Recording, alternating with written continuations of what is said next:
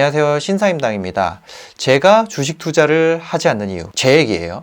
하실 분은 하셔도 됩니다. 저는 왜 안 하는지. 한 기업을 구입했을 때 그 기업이 잘 될지 안 될지 판단할 수 있는 능력을 기르는데 시간이 아주 오래 걸려요. 어떤 물건이 잘 팔릴지 안 팔릴지 판단하는 거랑은 완전히 차원이 다른 문제예요. 그 회사가 보유하고 있는 자산 가치도 알아야 되고요. 이익을 잘 내고 있는지 아닌지, 이 회사가 시스템적으로 잘 돌아가는지, 아니면 CEO의 능력에 의해서 잘 돌아가는지, 비리가 있는지 없는지, 현금 흐름이 잘 굴러가고 있는지 아닌지, 공장의 가동률이 유지되고 있는지 아닌지, 이런 것들을 전부 다 알아야 돼요. 주식 투자를 하기 위해서는 공부를 굉장히 많이 해야 돼요. 날고 긴다 하는 머리 좋은 친구들, 그런 훌륭한 운용하는 분들이 이익을 쉽게 못 내는 곳이 주식시장이에요. 펀드 평가사라는 곳이 있는데요. 그런데 보면 펀드 수익률이 다 나와 있죠. 한 3-40% 정도 수익률이면 매우 우수한 편에 속합니다. 주식 투자로 돈 번 사람이 위대하다는 얘기를 듣는 이유, 진짜 어려운 시장이에요. 1월에 100만 원을 넣어가지고 연말에 130만 원이 됐어요. 그런 펀드가 진짜 흔하지 않은 훌륭한 펀드예요. 재고를 100만 원 사입해가지고 내가 30만 원의 이익을 봤단 말이에요. 쇼핑몰에서 따지는 수익률로 따지면 한 23%예요. 쇼핑몰 하는 사람 중에 내가 1년 동안 재고 쌓아가지고 팔았는데 1년 동안 100만 원어치를 1년 동안 파는 사람도 없거니와, 그렇게 하는데 공부가 많이 필요하지도 않아요. 한 25살부터 팍스넷에서 일을 하면서 증권사 사람들도 만나고, 약간 사자 전문가들도 보고, 진짜 전문가들도 보고, 200억 300억 굴리는 형님들도 만나고, 그 정도는 안 되지만 한 80억, 그냥 혼자서 80억 굴리는 사람도 있고 혼자 200~300억 굴리는 사람도 있어요. 그게 개인 자산인데, 그럼 펀딩된 돈이 아니라. 근데 그런 형들은 유튜브 안 하죠.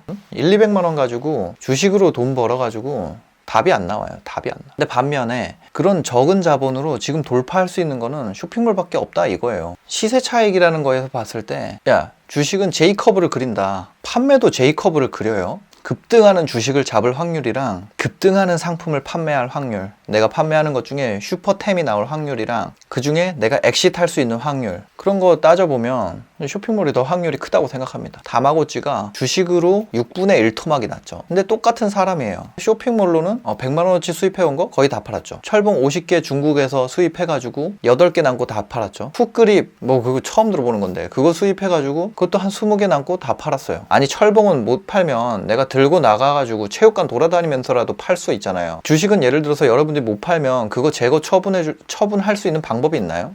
대량으로 주식을 하는 아주 부자들 얘기를 하는 게 아닙니다. 고졸 출신, 중학교 출신, 이런 친구들도 30억, 100억 매출하는 슈퍼스타가 나오고, 그런 친구들이 화제가 됩니다. 중졸 출신, 펀드 매니저 이런 거는 없어요. 그런 거 없어요.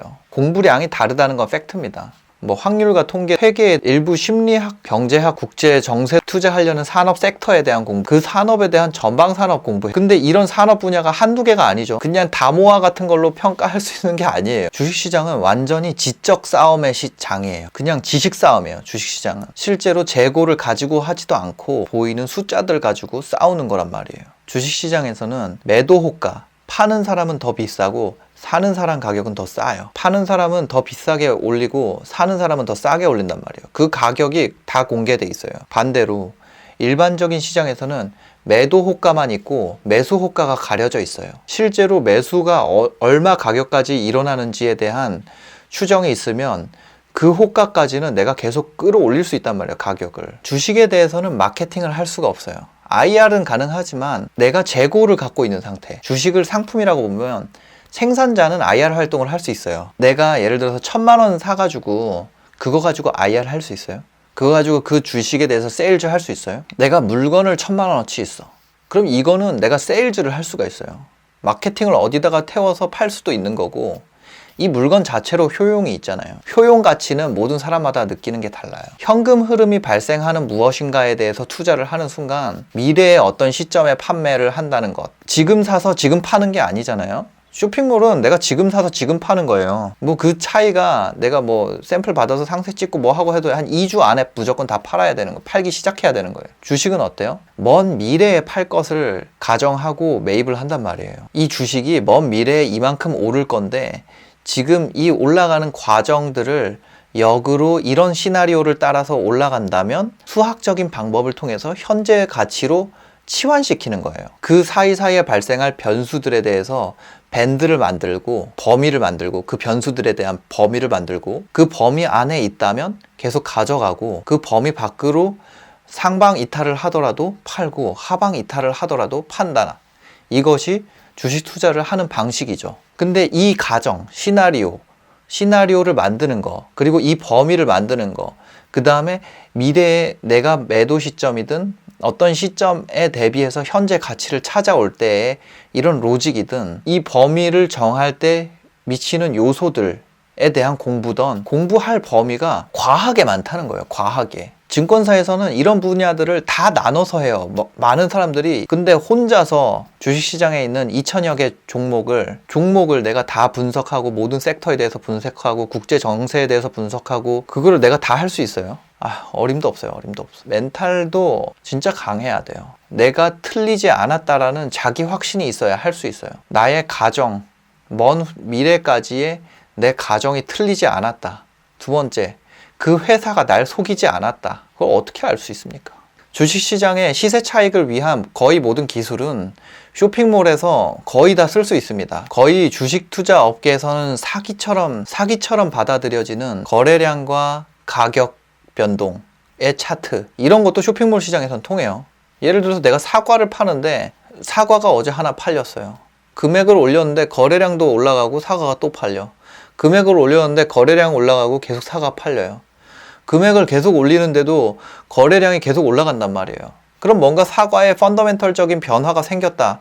사과 시장에 대한 펀더멘털적 변화가 생겼다라는 추정을 할 수 있잖아요. 제가 쇼핑몰 노하우를 찾은 방법, 거의 다 주식에 대한 방법이에요. 특히 시세 차익에 대한 노하우에 대해서 공부를 하다가 제가 여러 가지 상품 품목으로 400개 품목으로 제 쇼핑몰 포트폴리오를 구축한다. 인덱스 펀드에 약간 액티브한 전략을 섞는 거죠. 액티브한 전략 어떻게 섞느냐? 수요 공급으로. 수요 공급 어떻게 봐요? 제가 엑셀 차트로 만드는 거 얘기 드렸죠. 제가 속한 시장 수익률을 추정합니다. 펀드 매니저가 하는 방식이죠.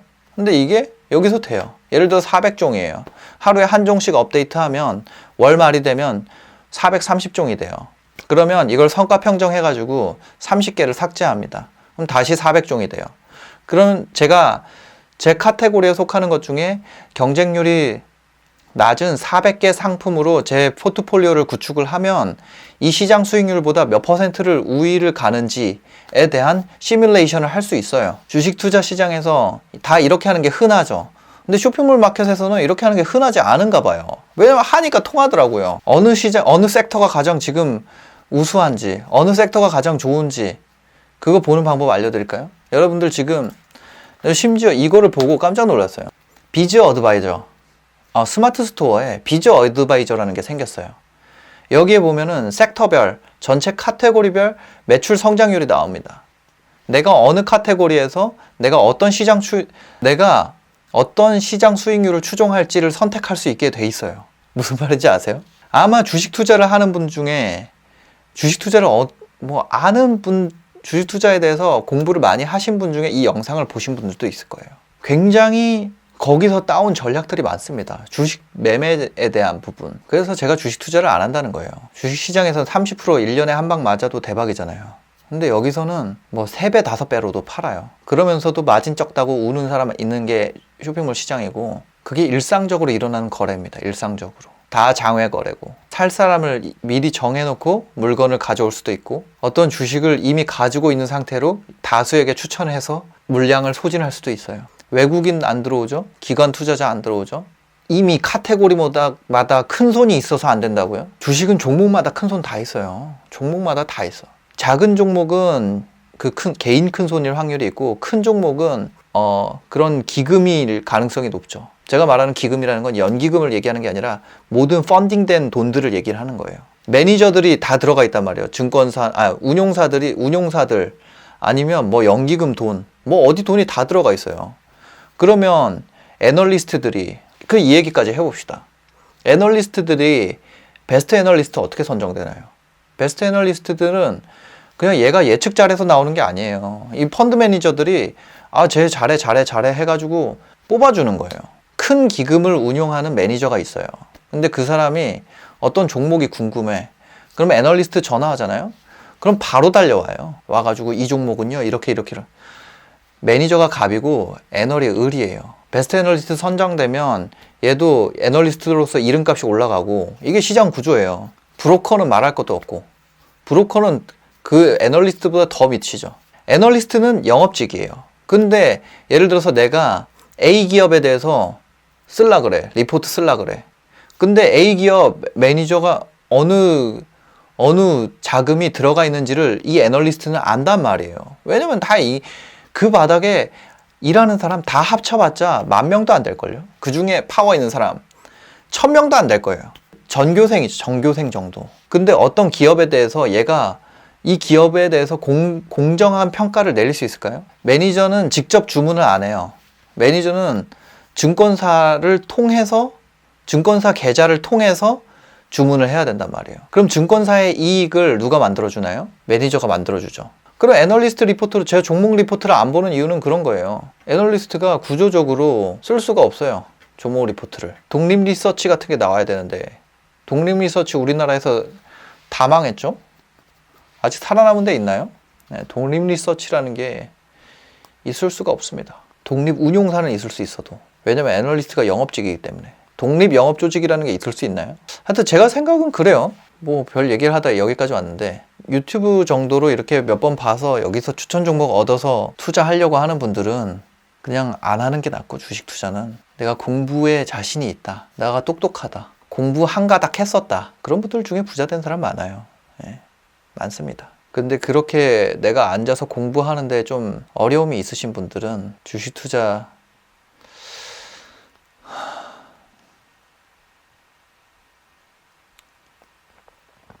그쵸.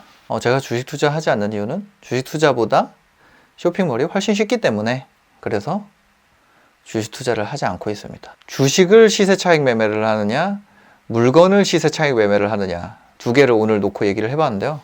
전 그래서 물건을 선택했어요. 그 다음부터는 주식 투자를 하지 않고 있습니다. 뭐 펀드는, 뭐 ETF는 종종 하는데, 제가 말한 건 개별주예요. 개별주 투자는